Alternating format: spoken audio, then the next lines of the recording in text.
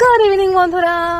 আজকে দেখো সকাল বেলাতে এই যে হিমসাগর আমের গাছটা দেখতে পাচ্ছ, এইখানে জাস্ট 3টে আম আর আছে।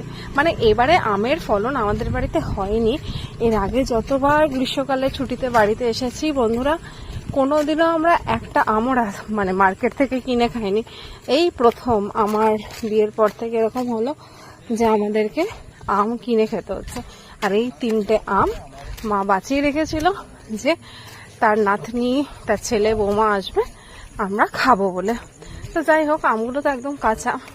আর লালিও আর কি বাবার সাথে একটুখানি এই আমগুলো গাছ থেকে পাড়ার যে অভিজ্ঞতা, এগুলো তো আমি তো কখনো ছোটবেলা থেকে পাইনি। লালি ব্লেসড যে ও পেয়েছে, সেই জন্য ওর বাবার সাথে একটু হেল্প করলো। আর আমারও গাছগাছালি দেখতে খুব ভালো লাগে। আমি এগুলো করতে পারি না, কিন্তু জিনিসগুলো দেখতে আমার খুব ভালো লাগে। তো লালিকে নিয়ে আমরা সকালবেলা এই 3টে আম নিয়ে ঢং করছিলাম, মানে পাড়ার জন্য ঢং করছিলাম।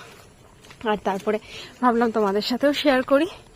যাই হোক, অনেক কসরত করে লালির বাবাও আমটাকে ক্যাচ ধরে ফেললো। আর তারপরে সেটা দেখে লালিও উত্তেজিত হলো যে এবারে আমিও করবো মা, আমিও আমটা পারবো। তো ফাইনালি যখন আমগুলো পারলো, লালি কিন্তু অনেক তাড়াতাড়ি আমটা পেরে নিয়েছিল, আমি এক্সপেক্টই করিনি। তো যাই হোক, তারপরে তো এই আমগুলো দেখলাম একেবারেই কাঁচা আছে। জানি না আমরা খেতে পারবো নাকি একেবারে কাঁচা আমি খেতে হবে। তো যাই হোক, এবারে তো আমাদের ঝাড়গ্রামে আম একেবারেই খাওয়া হলো না এবারে, ওই জন্য মনটা ভীষণ খারাপ। এই 3টে ছাড়া আমাদের কাছে আমই হয়নি। আর দেখো এদিকে বেল, দেখো আমাদের এগুলো কিন্তু গাছের বেল, আর এই বেলগুলো ভীষণ মিষ্টি।